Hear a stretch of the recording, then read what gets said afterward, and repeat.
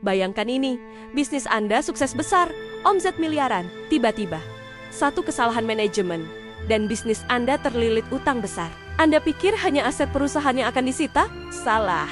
Rumah yang Anda tinggali, mobil pribadi Anda, bahkan seluruh tabungan hasil jerih payah Anda bisa habis, ludes untuk membayar utang bisnis Anda. Ini bukan skenario film. Ini adalah realitas hukum yang bisa menimpa seorang sekutu aktif dalam persekutuan komanditer atau yang biasa kita sebut CV. Banyak pelaku usaha di Indonesia memilih CV karena dianggap lebih mudah dan murah didirikan dibandingkan PT. Tapi, ada satu jebakan fundamental yang sering diabaikan, yang bisa menghancurkan hidup Anda. Sisi gelap CV. Mengapa aset pribadi Anda terancam? Untuk memahaminya, kita harus tahu bahwa CV memiliki dua jenis sekutu. Pertama, sekutu pasif persero komanditer.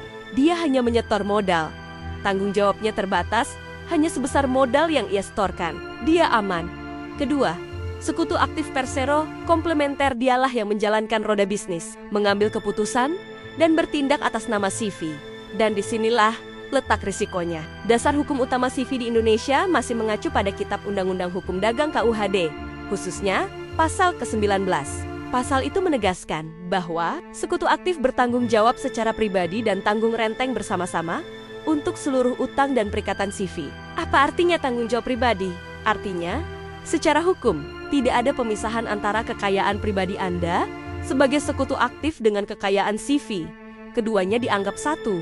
Jadi, ketika aset CV tidak cukup untuk melunasi utang, kreditur pihak yang memberi utang berhak penuh untuk menagih, mengejar, dan menyita aset pribadi Anda sampai utang itu lunas. Inilah yang disebut tanggung jawab tidak terbatas atau unlimited liability, meskipun pendaftaran CV kini diatur secara modern melalui Peraturan Menteri Hukum dan HAM Nomor 17 Tahun 2018. Prinsip tanggung jawab fatal ini tidak berubah.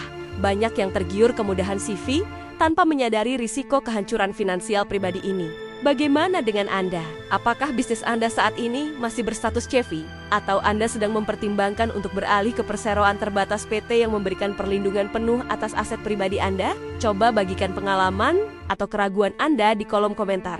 Mari kita diskusikan. Informasi ini bersifat edukasi hukum umum dan tidak merupakan nasihat hukum spesifik. Setiap situasi hukum yang dialami pelaku usaha bersifat unik dan memerlukan analisa mendalam. Pahami risiko bisnis Anda sebelum terlambat. Konsultasikan dengan tim hukum kami, The Aquila Counselor Zatlow. Sampai jumpa di video edukasi hukum berikutnya.